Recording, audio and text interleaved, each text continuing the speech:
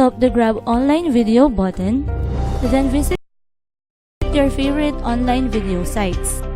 After that, choose a video, then copy